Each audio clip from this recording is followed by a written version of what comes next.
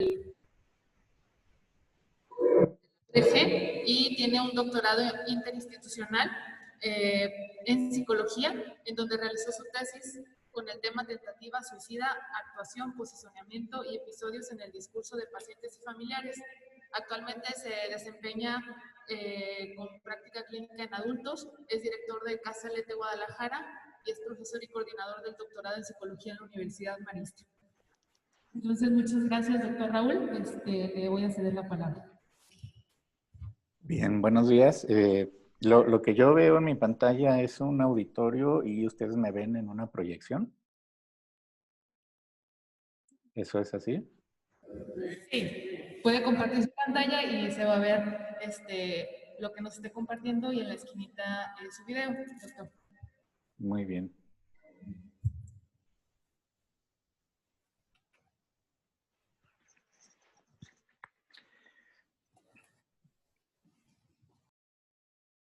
Bien, muchas gracias. Sí, es probable que algunas diapositivas no se distingan mucho, pero igual y se las puedo compartir cuando colguemos para que lo tengan ahí cada quien.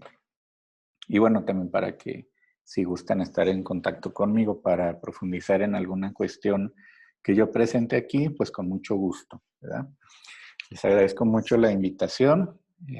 Espero poder adecuar un poco mi charla a los temas que a ustedes les ocupan porque no necesariamente los pacientes van a ser los mismos, aquellos con los que yo hice mi investigación de tesis, que los que ustedes atienden, pero creo que también sirve pues como parte de su formación en general con este tema y como decía, pues a ver qué tanto lo pueden adecuar a los pacientes crónicos o internados que atienden ahí.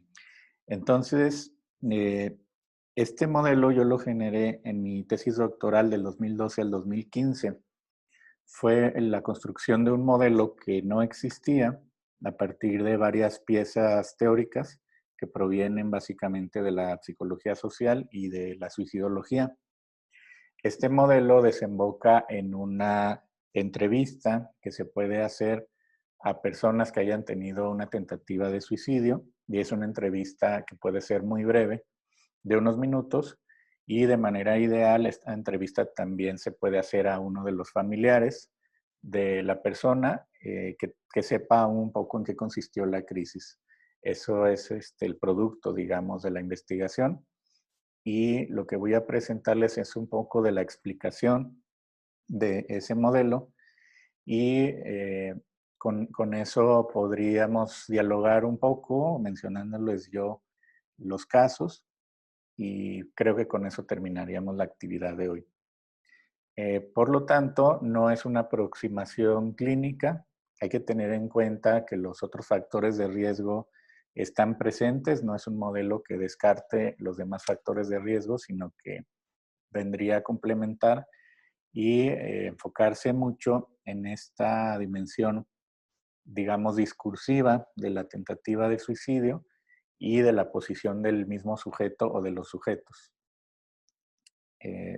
Siendo así, entonces la entrevista se va a enfocar o indagar sobre los episodios, el posicionamiento y la actuación. Y vamos a ver qué es eso.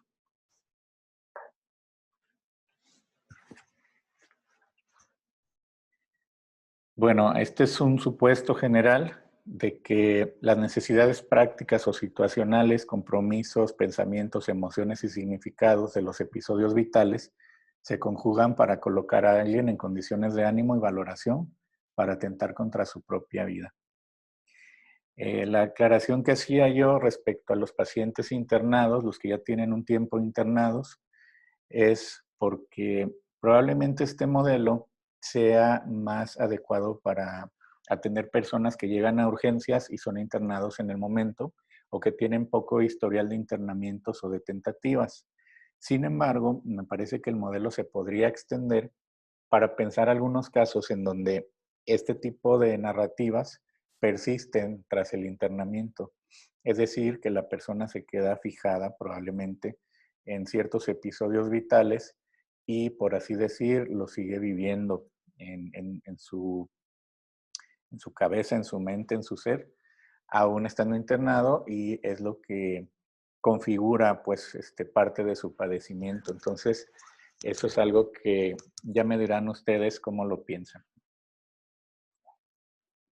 Bueno, aquí déjenme ver si puedo compartir la otra pantalla de mi navegador. Les estoy presentando una tabla de un estudio que hicimos del 2004 al 2014 sobre artículos publicados en Latinoamérica con un abordaje cualitativo en suicidología. Y esta es una tabla donde arroja pues los resultados. Entonces voy a intentar compartirles el link como tal de ese artículo, o si no, pues cuando colguemos yo lo comparto por ahí para que tengan acceso al artículo completo. Este artículo, pues lo que nos arroja es una escasez de investigaciones en el sentido de la investigación en suicidología en general en Latinoamérica y aparte con este abordaje cualitativo. Es como un resultado de tipos de métodos usados y hay muy pocos que tengan estudios con estudios de caso. Entonces es un poco del fundamento o de la justificación de por qué hacer un modelo adecuado a los casos. Bueno, se los voy a compartir para no detenerme mucho ahí, el link al artículo completo cuando colguemos.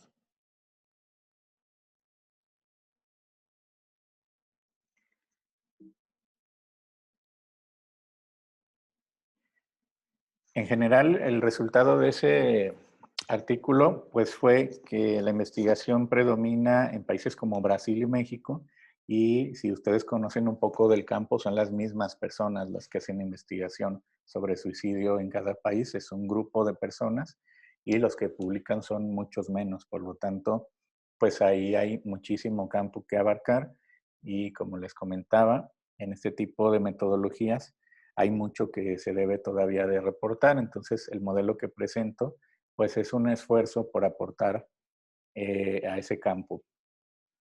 En esto consiste, a grandes rasgos, el abordaje del modelo. Parte de un enfoque en suicidología cualitativa y en psicología social, que tiene varias herramientas o elementos. Proviene de una visión socioconstruccionista. Si conocen un poco el trabajo de Kenneth Gergen, el ser relacional, pues por ahí empezamos a aproximarnos en esa psicología, digamos, de los años 70 para acá, psicología social, socioconstruccionista, luego psicología discursiva, y dentro de ella la teoría del posicionamiento. En suicidología vamos a partir de un modelo del suicidio como comunicación que fue desarrollado por la doctora Heidi Helmeland en el Instituto de Salud Pública de Oslo, en Noruega. Y este modelo que yo presento es una adecuación de ese modelo, porque al conjugarlo con la psicología discursiva se vuelve de alguna manera crítico y es adecuado a los casos. Entonces, así está armado el modelo y vamos más adelante a ver en qué consisten estos elementos. En este modelo, como comentaba, de manera ideal, se entrevista al paciente y al familiar. El objetivo, pues, es contrastar los discursos o profundizar en los discursos sobre la tentativa de suicidio. Por lo tanto, esta entrevista se debería de realizar tras la tentativa de suicidio, de manera ideal, que no pase mucho tiempo y que se pueda recuperar la narración lo más completa posible para identificar estos elementos que se llaman episodios, posicionamientos y actuaciones. Cuando tenemos a los dos hablantes, a los dos actores de la crisis, pues estos discursos se contrastan y veremos que en los casos que yo estudié es muy interesante ver la visión de cada quien, paciente y familiar, sobre la crisis y cómo esa crisis se estuvo construyendo. Bueno, ¿qué serían los episodios en una narración de una tentativa de suicidio?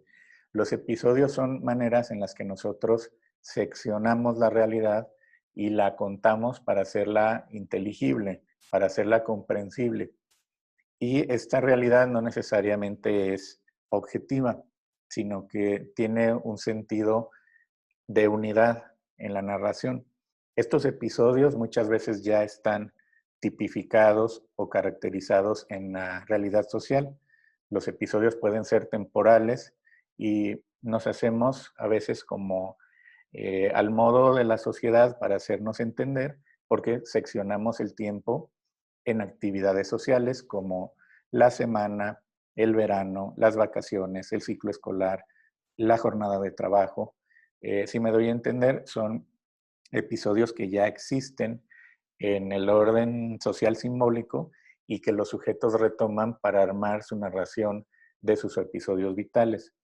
Entonces, estos elementos de los episodios son importantes en las entrevistas, dado que vamos a comprender cómo la persona organiza sus explicaciones de su realidad o de lo que acaba convirtiéndose en una crisis. Estos episodios entonces tienen secuencias, generalmente tienen marcado un inicio y un final, tratan de algún tema, tienen a veces participantes dentro de esos episodios, un tiempo, una ubicación, o se tratan de un evento o de una acción. Y así es como los podemos ubicar en una entrevista. Y es como una charla, la entrevista, en donde la persona nos cuenta, pues, qué pasó, cómo llegó a sentirse así, a tomar esa decisión o a intentar terminar con su vida. Y en esta narración nosotros vamos a encontrar lo que son estos episodios. Este es un recurso mucho más cercano a la narrativa, quizá a los estudios literarios incluso y culturales que ocurren en los medios y en la cultura, en los acervos culturales y que pueden retomarse muchas veces casi como episodios, así en el sentido en lo que lo decimos cuando vemos una serie, ¿no? Una temporada, un episodio, muchas veces es congruente esa forma de platicar de la persona. Si en algún momento hay una duda sobre lo que estoy presentando, me pueden indicar y me detengo, ¿eh? Otro elemento muy, muy importante, casi central de este modelo, es lo que llamamos posiciones o posicionamiento de los sujetos. Estos son precisamente lugares, como su nombre lo dice, que se ocupan en el discurso, pero no solamente en el nivel de las palabras, sino muchas veces con efectos sociales, emocionales y psicológicos. Estas posiciones implican generalmente derechos y obligaciones, un rol, digamos, una forma de ser, una libertad o una limitación. Y estas posiciones van a aparecer en estas narraciones, en estas entrevistas. Muchas veces las posiciones también existen ya en la sociedad y en el lenguaje. Son títulos, son descripciones, son nombres, etiquetas, etcétera, que muchas veces engloban un sentimiento, una forma de sentirse, de evaluarse, de considerarse a sí mismo y a los demás. Entonces, estas posiciones las vamos a encontrar. Va a ser muy difícil que las preguntemos directamente a la persona porque probablemente entienda un poco, pero van a salir de manera espontánea en su narración, van a aparecer. Estas posiciones son maneras de describirse también a sí mismo, pero desde un punto de vista psicosocial no son libres y no son elegidas muchas veces, sino que son adjudicadas, adscritas o adquiridas por una dinámica psicosocial o por, digamos, eventos, ¿no? Donde uno queda posicionado. Por lo tanto, la teoría del posicionamiento, que fue desarrollada por un teórico que ya falleció, que se llama Ron Harre, sirve mucho para analizar los encuentros humanos y cómo los sujetos pueden moverse o no ahí y cómo esto puede tener consecuencias en las pasiones y en los sentimientos. Muchas veces es con un ligero cambio en el discurso o en el título, en una palabra donde se está platicando uno con otro, que este posicionamiento cambia o se establece y que va a tener ciertas consecuencias emocionales. Es la parte, digamos, más interesante y compleja del modelo, y esto nos va a indicar muchas veces en una entrevista corta cómo está posicionado un sujeto que quiere acabar con su vida. Bueno, seguimos, y el otro elemento es la actuación o las actuaciones. Aquí decidimos emplear el término actuación y no conducta o comportamiento, dado el entorno en el que ocurre la crisis o la tentativa de suicidio. Ese puede ser un entorno físico, pero también mental, obviamente, a manera de un escenario. Por lo tanto, la actuación sirve como concepto para pensar que puede haber un escenario mental de la tentativa de suicidio, y por lo tanto estos actos tienen significados, actores asociados, a veces un escenario como tal, una situación, potenciales espectadores, presentes o virtuales, obviamente, y que ese escenario vale la pena comprenderlo, ¿no? Para hacer más inteligible la tentativa de suicidio. Entonces, le llamamos actuación, y esa actuación se indaga, se pregunta en la entrevista, se profundiza un poco, y como ustedes bien saben, no solo tiene que ver pues con los métodos, ¿no?, que el sujeto elige, sino con el mensaje que puede implicar o la comunicación que puede implicar esta tentativa de suicidio, y cómo se puede recuperar la experiencia del sujeto al respecto. Entonces, hemos hablado de los episodios, de los posicionamientos y de la actuación como elementos muy importantes en una entrevista donde hubo una tentativa de suicidio, y es una entrevista que se puede realizar en unos minutos.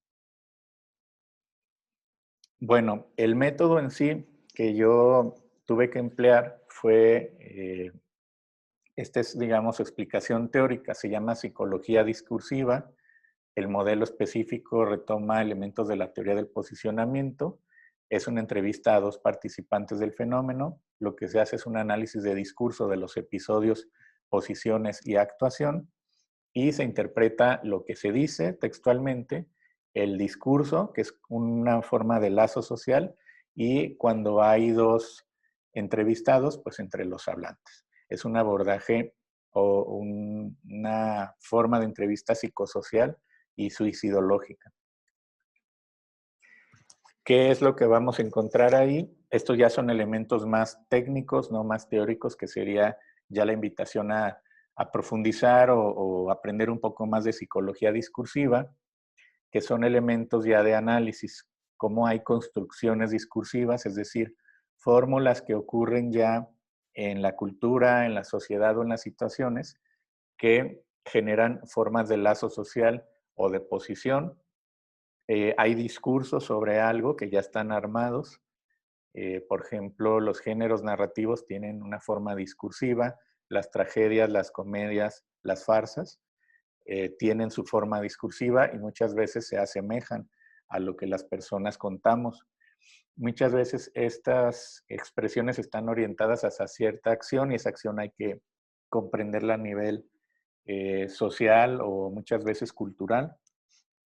Los posicionamientos que les comentaba, otras veces son parte de una práctica y obviamente implican una forma de subjetividad.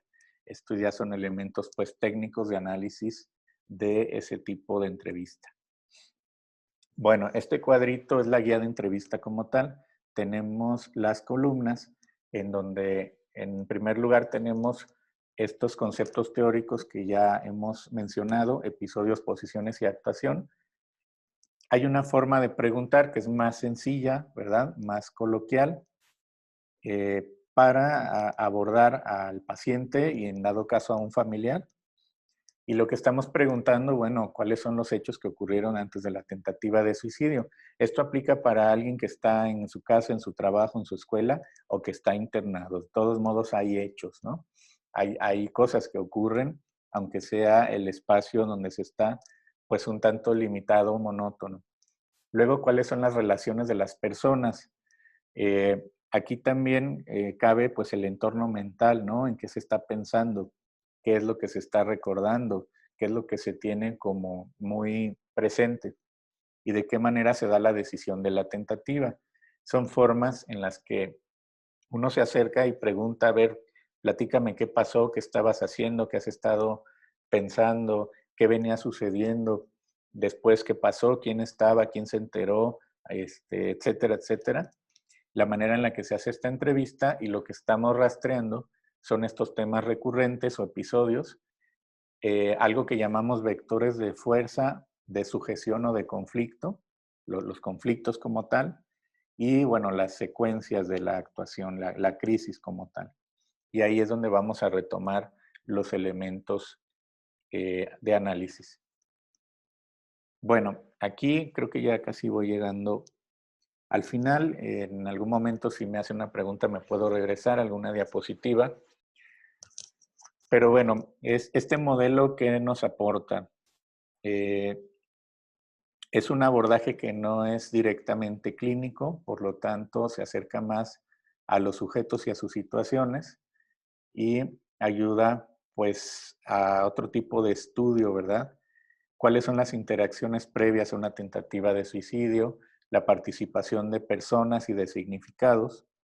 Luego, esta teoría del posicionamiento es un marco de entendimiento para las narraciones y también las capacidades de los sujetos para actuar desde su posición, muchas veces en un vaivén de fuerzas y de negociaciones.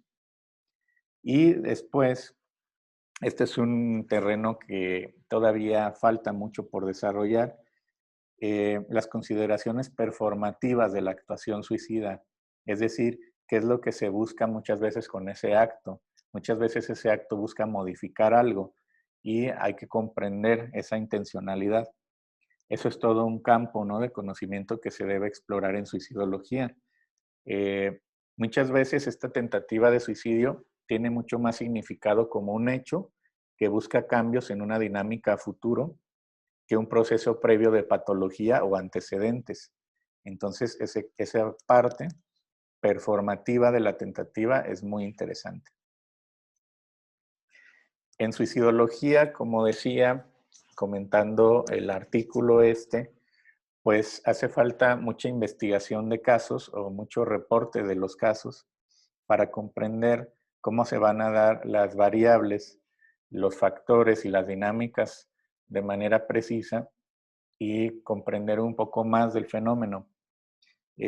Hay una parte pues, de investigación en suicidología que ha sido como muy reiterativa en el sentido de la aplicación de escalas, de la detección de riesgos, de los factores protectores, predisponentes, las cuestiones adversas, ¿no?, las comorbilidades, etcétera, pero hace falta mucha investigación cualitativa en el sentido de la comprensión de los sujetos y cómo se deciden cosas en los casos que tenemos en nuestras manos. Por lo tanto, este modelo de análisis del suicidio como una forma de comunicación se puede ver mejorado por una visión discursiva de los actos humanos. ¿Cuál es la diferencia entre comunicación y discurso? Bueno, que la comunicación da por hecho como un intercambio y en la visión discursiva puede haber más bien conflicto, situaciones de debilidad, de poder, de degradación, de humillación, de daño o de imposición de fuerzas, de deseos, y es más interesante esa dinámica observarla, ¿no? Si ustedes piensan en los factores de riesgo o los eventos vitales estresantes, verán que es más adecuada esta visión discursiva de cómo los sujetos quedan posicionados o con qué capacidad de acción en esas dinámicas y no solo el nivel de la comunicación como tal. Entonces, muchas veces esta cuestión está determinada por un orden psicosocial o relacional, no solo individual o intrapsíquico. En el sentido de los pacientes internados, muchas veces estos episodios van a quedar marcados en su vida anímica como una narrativa que los dañó o los sigue dañando y que valdría la pena conocer o hasta descifrar, ¿no? Especialmente, pues, episodios donde las personas han tenido menos capacidad de modelar o rechazar un orden social o beneficiarse de él, por ejemplo, los adolescentes, ¿no? Y hay que resaltar la presencia de estas fuerzas en los casos de tentativa de suicidio. Esta tiene como esa implicación en suicidología este modelo. Bueno, decidí hacer mi exposición así de corta para dejar un tiempo y poder charlar, porque yo sé que si estos conceptos o este modelo es algo completamente nuevo y no están familiarizados, incluso pues se puede hablar de los conceptos en sí. Entonces voy a regresar a una de las diapositivas donde está la guía de la entrevista y me dicen si se distingue bien el texto, a lo mejor a partir de ahí me pueden hacer algunos comentarios.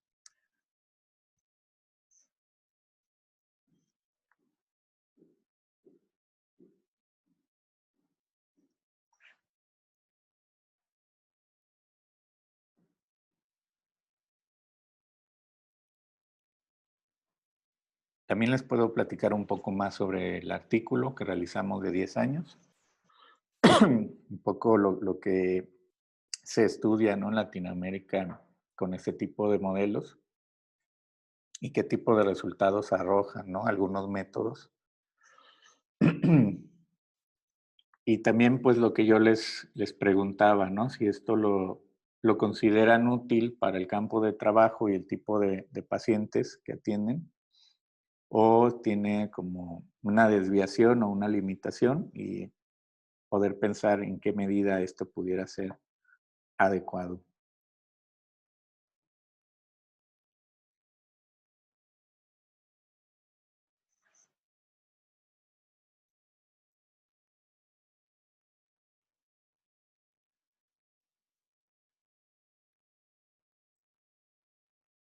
También si pudiera verlos más cerquita, pues se podrían dar cuenta que los estoy mirando así muy fijamente.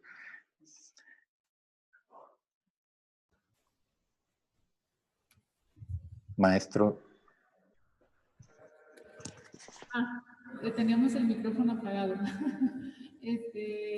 Le comentaba que si nos puede poner unos ejemplos, por ahí vi que tenía unos análisis sobre algunos pacientes que vienen al Hospital Civil, tomando en cuenta estas tres dimensiones.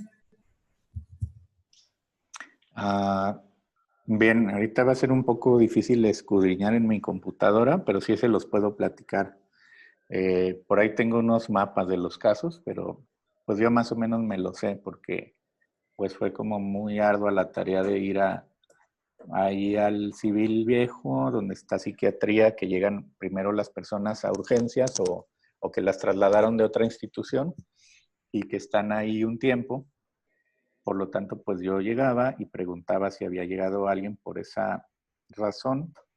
Saben que en urgencias primeramente atienden el asunto de resguardar la vida y de la salud, y ya luego se diagnostica y se indica el internamiento y empieza un tratamiento. Entonces es en ese momento que yo podía entrevistar. Ahí sí está obligado la presencia de un familiar, por lo tanto yo podía entrevistar, en la mayoría de casos fue a las mamás, hacer mis entrevistas breves porque no eran las condiciones más idóneas, pero sí pude realizar entrevistas de unos 15 minutos con cada uno para explorar esto. Entonces, algo que yo encontraba mucho en algunos casos es que hay como tendencias en las que cuando una persona tiene menos capacidad de control de su situación, por ejemplo, los adolescentes, va a ser más fácil que su posicionamiento se agudice y tenga efectos psicológicos o psiquiátricos. Por lo tanto, su narrativa va a quedar fijada ahí porque no tiene una capacidad de modificar ese posicionamiento. ¿A qué me refiero con eso? Bueno, ejemplos en donde había muchachos que eran posicionados psicosocialmente por un orden familiar o social fuera de ese mismo orden, de manera marginada, devaluada. Por ejemplo, cuestiones que podríamos pensar no tan graves, pero que tenían efectos gravísimos en ellos, como no quedar en listas en la universidad. Sí, eso es uno de los ejemplos de los posicionamientos, en donde se encontraba en los discursos el asunto de que eso era, por así decir, la gota que derramó el vaso. Claro, profundizando encontrábamos dinámicas familiares donde había mucho desorden, carencias, había violencia, había desconsideración, había falta de recursos, había familias que se habían dispersado, separado, y entonces el sujeto quedaba posicionado de esta manera y en parte eso explicaba su decisión de querer terminar con su vida. Era así, aunque parezca un poco caricaturesco, tras la noticia de no quedar en listas, esa posición de sujeto como marginado, expulsado de un orden, fuera de las expectativas, era la gota que derramaba el vaso para la tentativa de suicidio. Entonces, eso me parece muy interesante porque van a ser situaciones psicosociales que mucha gente enfrenta y que, claro, cada quien tiene sus recursos, pero en muchos casos, aún con cierta capacidad, los sujetos van a padecer esos momentos o situaciones y ya cuando se junta con otros factores de riesgo, en parte puede explicar que pueda suceder una tentativa de suicidio.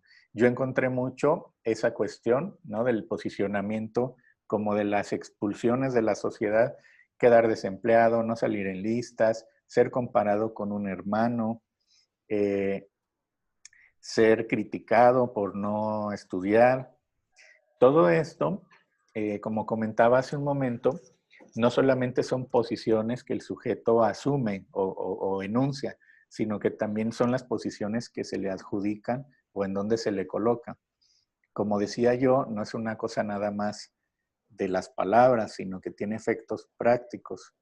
Cuando le dicen a un muchacho, bueno, tú no tienes derecho a tal cosa porque no trabajas o porque no quedaste en listas, como no quedaste en listas, vas a trabajar o vas a tener que cuidar a tu sobrina, entonces eso ya tiene efectos prácticos y obviamente emocionales.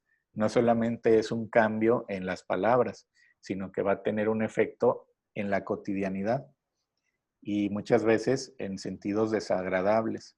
Por lo tanto, lo que uno puede rastrear en la entrevista son pequeñas muestras de discursos que revelan un orden familiar, un orden relacional que se ha venido viviendo y que va a tener efectos en los sujetos o nos va a mostrar cómo estos sujetos tienen capacidades de acción, cómo son afectados, cómo son colocados o muchas veces devaluados, expulsados, excluidos, criticados. Algo que yo vi en general en los casos como una especie de tendencia es que cuando esto se vuelve crónico, digamos, recurrente, pues obviamente va a ir a la par el asunto de la enfermedad mental y la gravedad del riesgo de suicidio. Los métodos van a ser más violentos, la decisión más definitiva y vamos a tener expectativas de un caso muy difícil de tratar cuando estos posicionamientos han sido recurrentes. Por ejemplo, yo entrevisté a otra persona, un señor casi de 60 años, que vivía con la mamá, nada más ellos dos, una señora también ya grande de edad, donde estos posicionamientos a lo largo de la vida de él habían sido desde muy temprana edad con ese tipo de comparaciones respecto a los hermanos, con críticas de parte de los propios hermanos y la madre, con estas historias de pareja muy desafortunadas donde una de sus mujeres se había ido, otra lo trataba muy mal y finalmente, en este caso lo que encontré es que esta persona llega a un punto donde es muy difícil subsistir por su falta de educación y de historial laboral y trabajaba en la limpieza pero con muy poco sueldo y también con un maltrato en el mismo entorno de trabajo. Si se fijan en este caso, los posicionamientos a lo largo de su historia se van siendo como reiterativos en el sentido negativo, ¿no? Un hermano que es más tontito, como que más débil, que no sabe trabajar, que le fue mal en la escuela, luego le va mal en la vida amorosa y en la vida laboral de nuevo. Este caso remata en la dinámica con la mamá, en donde él dice sentirse mal porque vuelve a romper con una mujer y la mamá le dice, a mí no me estés molestando. Él dice que ya no quiere vivir y ella dice, pues si vas a hacer esa tontería, no la hagas aquí en la casa, sal y póntele a un camión, ¿no? Eso ocurre un domingo, la mamá se va a misa, lo deja ahí, él había conseguido raticidad y se lo toma con tequila, y bueno, vuelven y lo alcanzan a rescatar, que estaba vomitando, estaba desmayándose, pero lo que trato de rescatar de ese caso, lo que les estoy platicando, es que se da una discusión, un conflicto ahí, y lo que podemos encontrar en esa narración, en ese discurso, son estas posiciones, como la misma mamá y los hermanos lo van colocando de esta manera, y no quiere decir que las palabras tengan un efecto mágico, ¿verdad?, en las personas, sino que quiere decir que revelan un orden familiar, una manera en la que han sucedido las cosas y en un espacio en donde la persona se ha podido mover, que es una especie como de muestra del mismo conflicto o de la misma incluso discapacidad social. Eso es lo que puede encontrarse en ese tipo de casos. Y bueno, eso que le dijo la mamá. Hay otro caso de otro muchacho que también entrevisté que se tomó cloro concentrado, que había planeado anteriormente morirse el día de su cumpleaños, pero por una cuestión de un amigo no lo hizo. Pero posteriormente él se decide despedir de un amigo y empezar a tomar el cloro. El amigo detecta que está sucediendo eso y alcanzan a irlo a atender. Cuando está en urgencias, llega el papá biológico que tenía tiempo sin verlo, y hace una expresión en donde pretende ser, digamos, como chusco, como agradable, pero me parece muy revelador ese discurso. El papá le dice, qué bueno que no te moriste, porque si no tendría que haber gastado en el cajón. ¿No? Es un papá que no lo había visto en mucho tiempo, y este muchacho le contesta de manera irónica, viva, ¿no? Vino mi papá, o sea, como ahí se revela una forma de lazo entre ellos dos que es conflictiva, y cuando uno profundiza en el caso, pues se da uno cuenta que este papá había abandonado pues a esta familia, había emprendido el proyecto de otra familia con otra persona, en donde aparentemente esos hijos sí estaban bien, y este muchacho había quedado sin estudiar, sin trabajar y sin vivir con su mamá. Estaba viviendo con amigos, con sus tíos, en el momento en el que ocurre la tentativa de suicidio. Por lo tanto, tenemos una contraparte real, digamos, familiar de la posición que ocupa el sujeto, y que muchas veces nos la va a platicar en el discurso, cómo queda posicionado. Este muchacho era alguien que quería morirse después de que lo dieran de alta, él me lo confesó, dijo que iba a tener un mejor plan, porque ya tenía tiempo así, y los familiares o los seres queridos más cercanos, como la mamá y el papá, eran personas que lo posicionaban de esta manera, ¿no? Lo que encontré también mucho es que en los discursos de las mamás aparece, por así decir, de manera inconsciente, una forma en la que posicionan a sus hijos como casi orillándolos a una salida de este tipo. Son criticados, son comparados con otros hermanos, son colocados como alguien que tiene discapacidades, problemas de actitud, problemas mentales, y lo que queda omitido son las condiciones de vida o lo que la familia hace para que este muchacho esté posicionado así.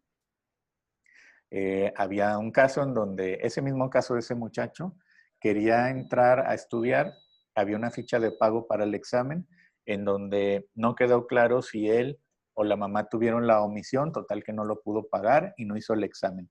Entonces, cuando no hace el examen para ingresar al siguiente nivel de estudios, en ese contexto me parece que del verano ocurre la tentativa de suicidio, porque su expectativa de estudiar pues se truncó de nuevo. Y la mamá dice, pues él no me recordó pagar la ficha. Si se fijan, son omisiones que quedan omitidas incluso en el discurso, y los padres lo único que acaban diciendo es que el hijo es problemático, que probablemente tiene un trastorno, etcétera, etcétera. Es decir, no se dan cuenta de cómo los han venido posicionando y cómo estos episodios a veces se repiten. Eso es lo que yo también pude encontrar. Hubo un caso muy, muy interesante de una muchacha que estudiaba enfermería, que ella estaba muy bien hasta el momento en el que empieza a indagar en su historia familiar y conoce algunos episodios de sus padres cuando ella iba a nacer, violencia que hubo, luego una separación, la cría la abuela, pero en el tiempo actual, cuando ocurre la tentativa, le habían platicado una serie de cosas desagradables sobre su papá, sobre que se había ido, sobre que tenía predilección del trato, de los regalos y de los afectos con otras sobrinas y no con ella, y que incluso había tenido que ver con una tía.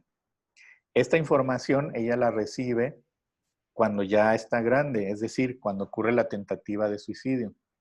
Esta muchacha lo que me decía era que ella tenía en su mente lo que se sucedería si se hubiera muerto, o sea, si ella no hubiera nacido. Su acto, pues, tiene que ver con borrar esa historia desagradable de la cual se entera y de la cual no sabía nada hasta el momento actual, que es también cuando aparece la mamá, se la quiere llevar a vivir con ella y ella, por así decir, descubre una historia que no le agrada para nada, de la cual quiere salirse. Ella no quiere quedar ahí como parte de esa historia. Y eso era lo que me decía. Bueno, es que a lo mejor si yo no hubiera nacido, todo eso que me contaron no hubiera sucedido. Ella se estaba como colocando como el objeto del problema. Y si ustedes analizan, en el tiempo actual ella estaba estudiando, ella estaba bien, ¿no? Problemas normales de discusiones, etcétera, pero no tenía un trastorno mental, no tenía un historial de tentativas de suicidio, ni tenía una personalidad que nos indicara ese riesgo. Lo que organiza, pues, esa situación tiene que ver más con el recuento nuevo de su historia y las posiciones que ocupa ella en esa historia nueva, que le cae, por así decir, como balde de agua fría. Ese fue un caso muy interesante. Como les decía, en general, lo que ocurre en los casos se va viendo como una tendencia a la par en el sentido de que las posiciones y los episodios reiterados van produciendo más enfermedad mental y un pronóstico más reservado, casos que van a ser más difíciles de tratar, ¿no? Sí, por ahí creo que alguien levantó la mano.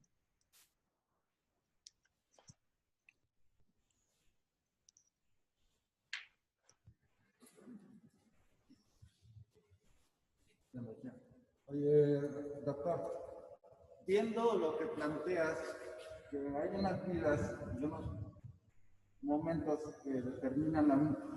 ¿Sí me escuchas? Se escucha como con un eco así muy fuerte. ¿Ahí? A ver. ¿Me escuchas bien? Sí, más o menos. Ok. Tomando en cuenta este tema de las posiciones en las cuales las historias se repiten, donde el sujeto se encuentra posicionado, disminuido simbólicamente, por llamarlo de alguna manera, o como diría Kafka, como una cucaracha en la metamorfosis. ¿Qué has encontrado institucionalmente o particularmente que podría servir para contrarrestar esa historia?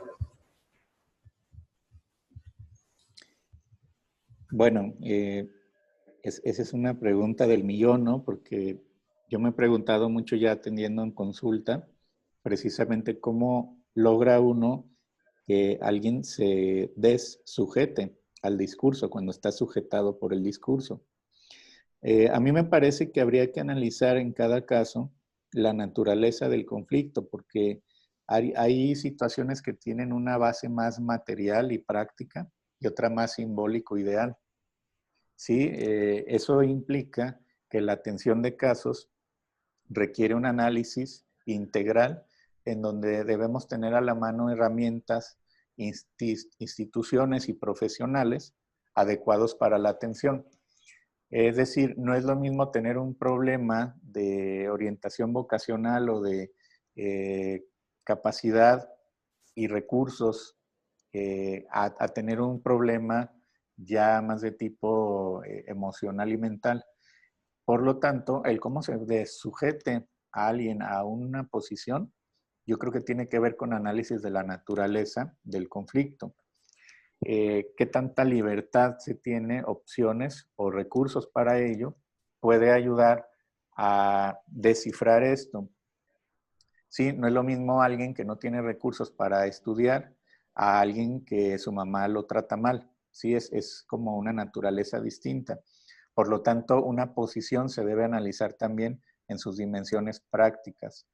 Ahora, eso yo me lo sigo preguntando porque a mí me parece que es muy complicado el pretender que eso se pueda solamente así separar. Si nosotros analizamos en uno mismo cómo está posicionado afectivamente por las personas a las que les damos ese poder o de quienes dependemos, a quienes queremos o de las cuales depende nuestro sustento, nuestro trabajo, nuestra vida cotidiana, nuestra alegría, entonces es muy difícil que viniendo de esas personas un discurso, digamos, nos podamos defender o nos podamos dessujetar. Pero aquí el elemento que nos puede guiar, obviamente, es ya un asunto ético. Obviamente las posiciones de sujeto que tienen o conllevan una devaluación, una exclusión, una marginación, prácticamente una forma de violencia simbólica, pues puede ser analizado bajo una lupa ética. ¿Qué es lo que se hace con esas personas? Bueno, se actúa en este sentido de contrarrestar o combatir eso. No es solamente un asunto técnico, sino ético. ¿Cómo puede también esto repercutir en el orden social y discursivo del cual somos parte? ¿Cómo no naturalizar esos efectos en ciertos sujetos?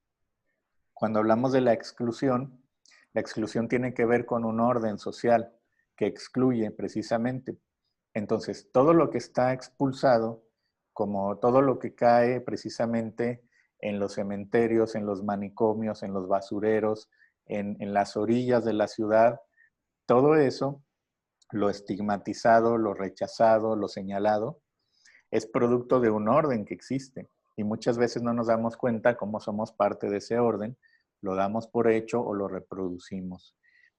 Habrá momentos entonces donde hay que discutir ese orden que sostenemos y contrarrestar o combatir aspectos muy específicos. Por ejemplo, todas estas posiciones de sujetos devaluadas, como las mujeres que se embarazan a corta edad, las personas que usan drogas, las que han cometido delitos, las que no han logrado un desempeño académico, las que quedan sin empleo, las que no tienen dinero. Todos esos lugares de sujeto son producto de un orden social que aparentemente funciona, pero que también produce esa exclusión. Habrá casos entonces en donde hay que combatir en otro nivel más allá de lo psicológico, como decías, institucional, grupal, familiar, relacional, hasta político, ¿no? Creo que también se sacan estas conclusiones porque cuando vemos que se repite y se repite y se repite estos casos donde va a haber personas que quedan atrapadas, atropelladas por el orden social, pues podemos hacer como un análisis más allá de lo individual y cuestionar ese orden social. ¿Por qué muchos jóvenes quedan excluidos de las oportunidades de estudio, de trabajo o de bienestar? Eso es hasta cierto punto obvio, pero no nos damos cuenta en qué medida nos falta hacer algo, por lo mismo que lo naturalizamos. Y lo vamos a ver en este tipo de pacientes, ¿no? Muchas veces encontramos, como ustedes saben, cosas muy tristes en el sentido de que llegan pacientes con mucho deterioro, muchas carencias y mucha victimización, producto de la falta de recursos, pero también de la ignorancia y de que los recursos y los conocimientos no se acercan a la gente. Vamos a encontrar pacientes en estas instituciones públicas que estamos seguros de que si fueran atendidos a más temprana edad, con otro tipo de perspectiva, su caso hubiera sido muy distinto, ¿verdad? Vamos a encontrar incluso problemas de salud que son muy sencillos de atender, pero que se dejan ahí, que se hacen crónicos y se complican, y que lo mismo en la salud mental, vamos a encontrar ya casos muy deteriorados, con otro tipo de complicaciones y con muy poca posibilidad de atenderse. Eso ya tiene que ver con la aplicación del saber y con el acercar ese saber y recursos a la gente. Pienso que también tiene esa implicación, porque encontramos mucho estos casos que son un reflejo de la vida social también. Creo que no respondí, esa es la pregunta del millón, ¿no? La que haces, maestro, cómo se cambia, ¿no? Ese posicionamiento o se dessujeta. Claro, hay un trabajo psicoterapéutico, ¿no? Que puede hacerse clínico como tal, pero también estas implicaciones que yo decía son importantes. Muy bien, muchas gracias. ¿Alguna otra duda? Pues bueno, doctor, muchas gracias por esta conferencia, esta explicación sobre este modelo psicosocial del suicidio. Les pido por favor un aplauso.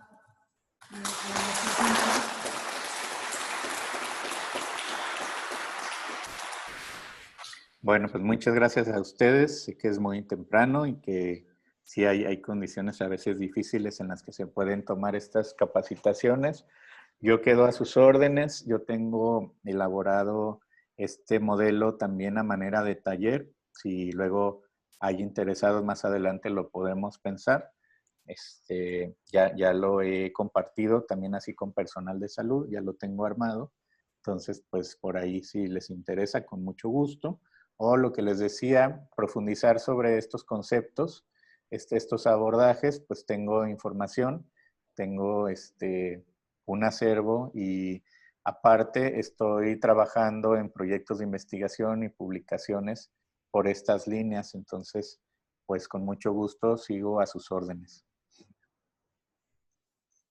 Bueno, muchas gracias, doctor. Yo les hago pasar su contacto y el material que me haga el favor de enviar. Pues bien. Bueno, terminamos las sesiones del 2020. Muchas gracias por su asistencia. Nos esperamos para el segundo miércoles de enero. Buen día. Hasta pronto.